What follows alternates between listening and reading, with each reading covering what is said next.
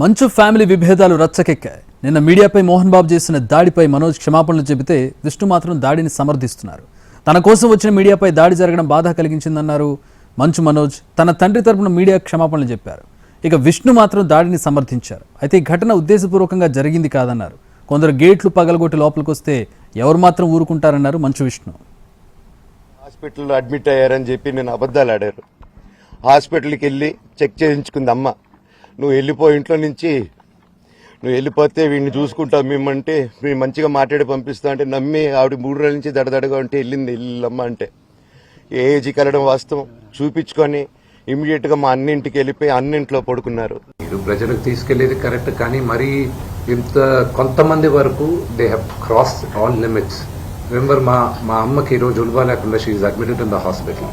ఇంటికి పెద్ద కొడుకుగా ఐఎమ్ కన్సర్న్డ్, ఐఎమ్ వరీడ్. నాన్నగారికి నిన్న జరిగిన ఘర్షణలో ఆయనకి కొన్ని గాయాలు తగిలాయి.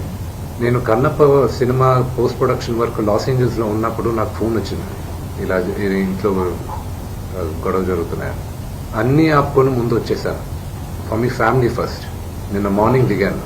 నేను లేని ఒక 4 రోజులు how did this escalate so much అని. క్యారెక్టర్ అసాసినేషన్ నేను చేయని దానికి చేశారు అని, నా భార్య వచ్చిన తర్వాత నేను చెడ్డడినయ్యానని ఇన్నాళ్ళు గమ్మునున్నాను. ఓకే, కానీ వాళ్ళ నాన్న ఆస్తుల కోసం కొట్లాడుతున్నాడా, మంచి కోసం నిలబడుతున్నాడా అనేది ఈరోజు మీకు సాయంత్రం వచ్చిన ప్రూఫ్స్ అన్ని వదులుతాను. మా నాన్న మీద గన్ను పెట్టి కాల్చే వినయ్కి, మా అన్నకి సాయంత్రం ప్రతిదీ చెప్తాను. ప్రేమతో గెలవాల్సింది రచ్చబెట్టుకుంటే ఎవరు గెలవలేరండి. Only things can be won by love. నాన్నగారేంటో, ఆయన మనస్తత్వం ఏంటో ప్రతి ఒక్కరికి తెలుసు.